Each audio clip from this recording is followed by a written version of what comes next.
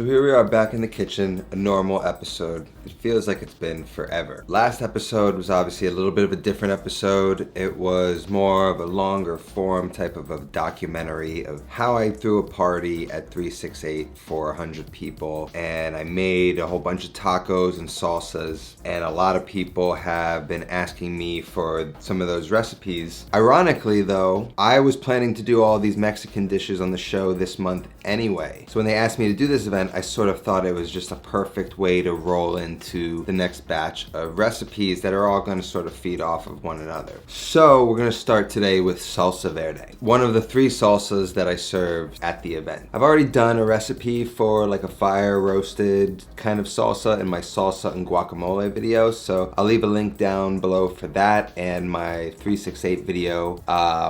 But today we're going to get into how to make my favorite salsa, I think. This salsa verde, or basically means green salsa. It just really sort of consists of a bunch of green, delicious ingredients. The most important one is a tomatillo. I think it's a member of the gooseberry family, although it looks like a tomato. It comes in these husks. What you're gonna wanna do is look for husks that are like kind of fully enclosed. Sort of like this, right? You can see it's not dried out and it hasn't started to like sort of break open. So all of these are good. And then essentially what you want to do is just rip them off, and they have a little bit of a sticky sort of exterior. You're just going to want to rinse that off, and so it's just very easy to sort of deal with. Now I got these small guys. I kind of look for them to generally be a little larger. That's sort of the main ingredient, so you kind of want to have enough of those. Then we got either your choice jalapeno. It's not going to be as hot if you use a jalapeno, especially if you de-seed it, or if you like it spicy, you could go with the serrano. And again, if you want it super spicy, leave the seeds in, or if you want it a little less spicy, take the seeds out. Today I'm gonna use both. I don't know if I'm gonna seed them or not, just gonna wing it, but you know, that's a decision that you make. We've got a poblano pepper, that's gonna help with some color and some flavor.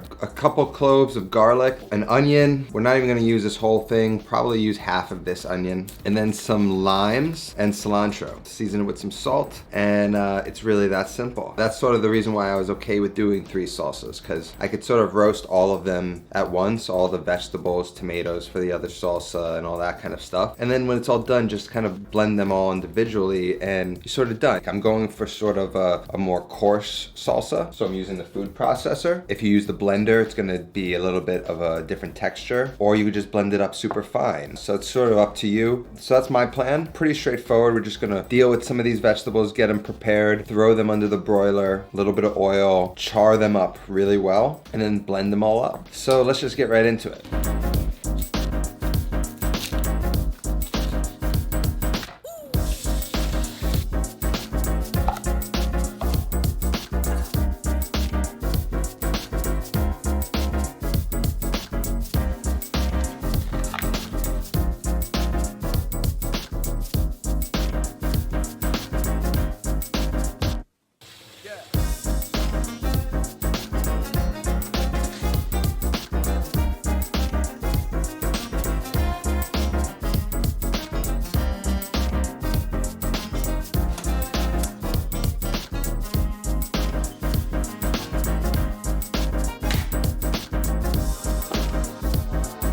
These are nicely charred. It smells amazing. We just need to kind of de-seed and get this guy out of here. We could have done this before, but you know, it's a little easier once it's cooked and I don't have to handle the chilies. Get these roasted garlic cloves out.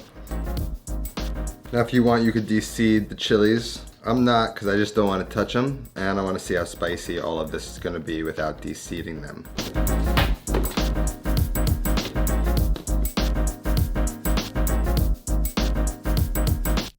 See all this flavor right here? I want that. So I'm gonna add a little water, scrape it up, and add it to this.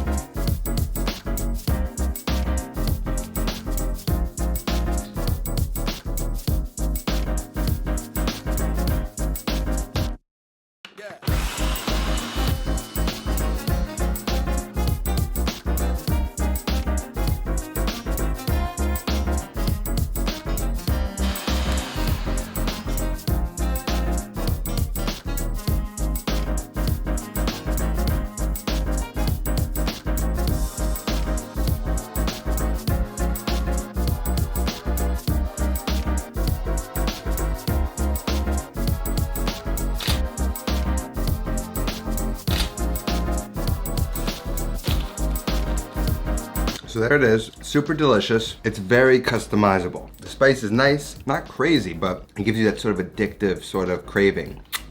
Whew. If you want it less spicy, you can seed them. If you seeded both the serranos and the jalapenos, this wouldn't be too bad at all. It's seasoned well. This is my favorite salsa. On a taco, all I want is the green stuff.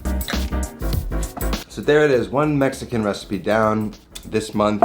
That's the general recipe I always make for salsa verde, and it always tastes delicious. I'd like you to give it a try because it's gonna go on some of the tacos we make later this month. So get this recipe down, and next episode we'll tackle some tortillas.